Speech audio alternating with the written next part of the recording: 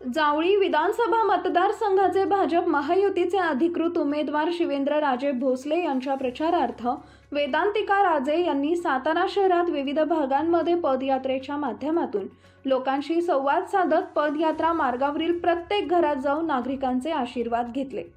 सोमवारी सकाळी सातारा शहरातील करंजे पेठेतील सेनॉर चौक, आंदेकर चौक, बाबर कॉलनी, डॅनी पवार, झेंडा चौक, बाळासाहेब भुजबळ घर, भैरवनाथ मंदिर, पटांगण ते जगन्नाथ कीर्तन घर अशी भव्य पदयात्रा पार पडली।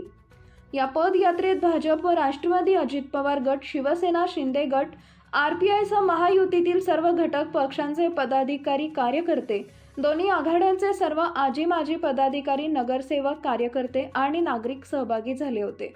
दरम्यान यावेळी वेदांतिका राजेंनी लोकांचा खूप चांगला प्रतिसाद असून हा प्रतिसाद बघता शिवेंद्रराजे मोठ्या मताधिक्याने निवडून येतील अशी खात्री वाटते, असं पत्रकारांशी बोलताना सांगितलंय। मी सातारा शहरातून पदयात्रेच्या मार्फत लोकांशी संवाद साधताय, कसा प्रतिसाद आहे? ते खूप छान प्रतिसाद आहे, म्हणजे जेन्युइनली खूप छान प्रतिसाद आहे। इतका छान प्रतिसाद आहे की दमायला होतंय पण खूप असंच आता एक आठवडा राहिलेला आहे शेवटचा। हाच जर आपण असाच जर प्रतिसाद मिळत राहिला तर खरंच खूप छान विक्ट्री होईल बाबांची।